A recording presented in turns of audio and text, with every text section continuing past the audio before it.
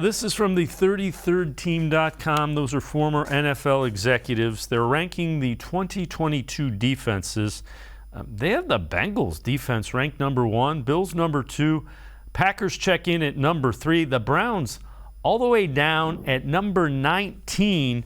The question that they have, are the Browns good enough inside with Jordan Elliott, Taven Bryan, a previous bust, they note, and Perrion Winfrey? I think that's awfully low. I think you can point to any defensive units and say, hey, the defensive tackles are weak. I think you're minimizing. You got 2 former number 1 picks on the outside, and that secondary is pretty darn good, and you got some young linebackers that can run. 19 is awfully low.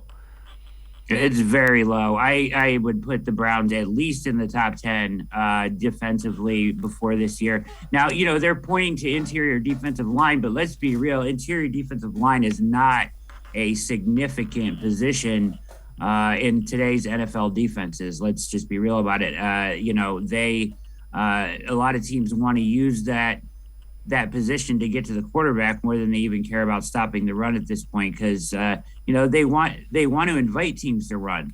So I think the Browns will patchwork together a fine group in there, but they're fantastic off the edge.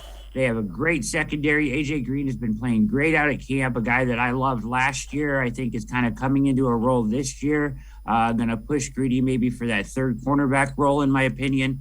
As well as MJ Emerson has gotten great, reports back from camp. So that secondary looks great. The safeties look great.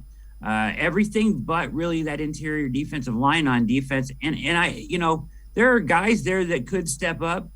But when they're playing inside of Garrett and Clowney, I think it kind of dulls maybe how bad they are on paper when we see it on the field. We'll have to see.